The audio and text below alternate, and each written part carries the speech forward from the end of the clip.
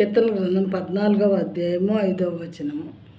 Keerthana 14:5. There they are in great terror, for God is with the generation of the righteous. ఎందుకనగా దేవుడు నీతిమంతుల సంతానము పక్షమున ఉన్నాడు. దేవుడు నీతిమంతుల సంతానం పక్షమున ఉంటారంట. ప్రియమైన వారలారా,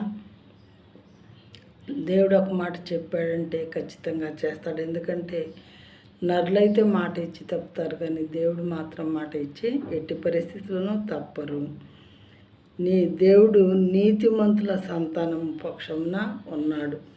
ఈ లోకంలో నీతిమంతులను ఎవ్వరు కూడా ప్రేమించరు, పైగా అగౌరవపరుస్తూ ఉంటారు, చాలా తేలిగ్గా చూస్తూ ఉంటారు. కానీ ఎలాంటి వాళ్ళ పక్షాన ఎవరు ఉంటారంట?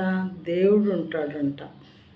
నీతిమంతుల సంతానము పక్షమున దేవుడు ఉన్నాడు.